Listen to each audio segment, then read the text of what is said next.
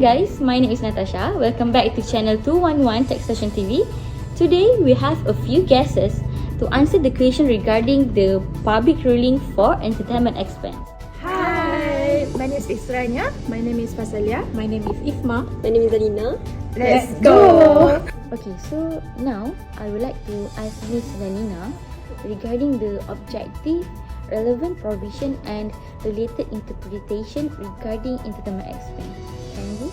The objective of this public ruling is to clarify the tax treatment of entertainment expenses as deduction against a business gross income. And the relevant provision for this ruling is based on Income Tax Act 1967, particularly Section 18, Subsection 33(1) and Paragraph 39(1) Roman 1. Furthermore, the recent public ruling also outlines specific interpretation. The first term is immediate family members, which include employee, spouse and his children. Furthermore, the term child is defined to include biological and stepchildren, but also adopted children. Next, the definition of entertainment covers activities such as food, recreation, hospitality and even accommodation or travel facilitating these activities. Importantly, it must be for the purpose of business. For recreation and hospitality, it covers activities such as trips to theme parks, stays at holiday resort, tickets to shows or theatres and even gift and giveaways. Okay, thank you Miss Alina. Now let's move on to the next question. Miss Fasalia, what is the application of the law of entertainment expense deduction and principles in determining allowable entertainment expense? Alright, to answer the question from the sister Natasha, the application of the law for entertainment expense is under subsection 33(1) of the Income Tax Act. It allows the deduction for expense wholly and exclusively incurred in the production of gross income.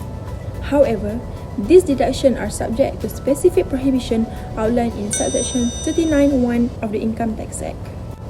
Okay, moving on to the second question, which is the deduction for entertainment expense.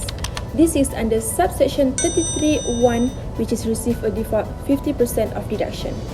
The exceptions apply if falling under specific categories in Provisos 1 Roman to 8 of paragraph 39(1)(a) of the Income Tax Act. A full 100% deduction is allowed.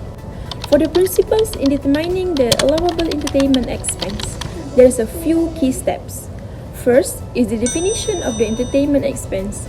This one is liaised under the Section 18 of Income Tax Act. The deduction is disallowed if the expenditure doesn't meet the entertainment definition. Second is the wholly and exclusively incurred. This one is under subsection 33(1) of Income Tax Act. The deduction is contingent on being the wholly and exclusively incurred in the production of gross income. Third is the categories of the entertainment expense. This one is under Provisos 1 to 8 Roman of paragraph 39(1)(a) of the Income Tax Act. The full 100 reduction for specific categories, meanwhile 50% for others. Thank you. Okay, thank you Miss Yaya. That's a great input. Now let's hear from Miss Rania. For your information, what entertainment expense that qualifies for 100% deduction? To answer Mrs. Tasha's inquiries on the 100% deduction, the categories of entertainment expense are as follows. The first one is the entertainment to employees from the employers, such as free meals and family day. Next, to qualify 100% deduction, the payment should be in the ordinary course of business, such as provide culture shows to entertain the customer. Furthermore, for promotional gift at trade fairs outside Malaysia for the purpose of promoting export from Malaysia also receive the full deduction. For instance, small souvenirs and samples of product of business that are conducted in Malaysia. Last but not least, the provision of leave passage benefit provided by employer to employees to facilitate a yearly event within Malaysia also receive the fully deduction. That's all from me. Thank you. Okay, thank you Miss Rania. Okay, let us now ask Miss Isma. So, what types of expense fall under the category of entertainment expense that qualifies for a 50% deduction? And can you please explain about promotion expense since it is also part of entertainment expense?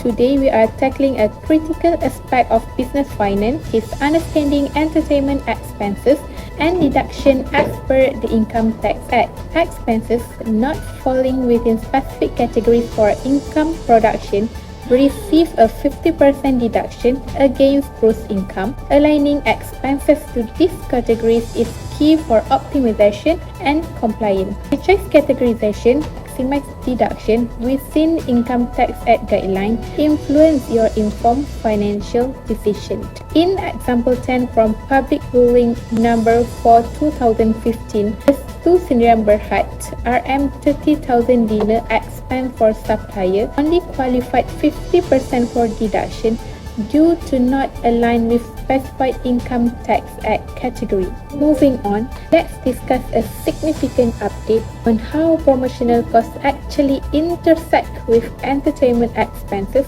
per the Income Tax Act. Since 2014, Income Tax Act expanded the definition of entertainment to include promotional expenses linked to business activities. Promotional expenses with an entertainment element qualify for either a 50% or a full 100% deduction depend on their alignment with specified categories in paragraph 39 1 Roman 1 of the Income Tax Act. So it is essential to note that promotional expenses without an entertainment element qualify for a full 100% deduction under subsection 33(1) of the Income Tax Act. In example 15 from Public Ruling Number 4 2015, Lavender Beauty Sdn Bhd claimed a full 3,000 deduction for promotional gift linked to Income Tax Act Proviso 5th. So, that's a wrap on our discussion about promotional expenses and their relation to entertainment deduction. See, that's a very great input from Ms. Isma. So before we conclude this topic, recent amendments have revamped PR number 3/2008, preserving its core while incorporating crucial updates. Okay, let's dissect the change. In paragraph 3.3, now there's a precise clarification of entertainment within section 18 of the Income Tax Act. This refinement arose from the Finance Act 2014, refining our understanding since 2014. In paragraph 7.6, a new example 6 has been introduced, aiming to provide clearer context and enhance comprehension. In paragraph 9, the diagram previously found in paragraph 6D has undergone a makeover. It's been updated, renumbered, and now includes additional examples 13, 14, and 15. And these amendments actually carry significant weight. They are intended to offer a more lucid comprehension of entertainment definitions, ensuring alignment with updated legislation and providing better guidance on deductible expense. Okay, next I will talk about entertainment expense overview. Okay, for the closed transactions, no deductions allowed for entertaining potential customers in closed transactions. Meanwhile, for branded gift carrying business logos qualify for a full 100% deduction at customer events like annual dinners.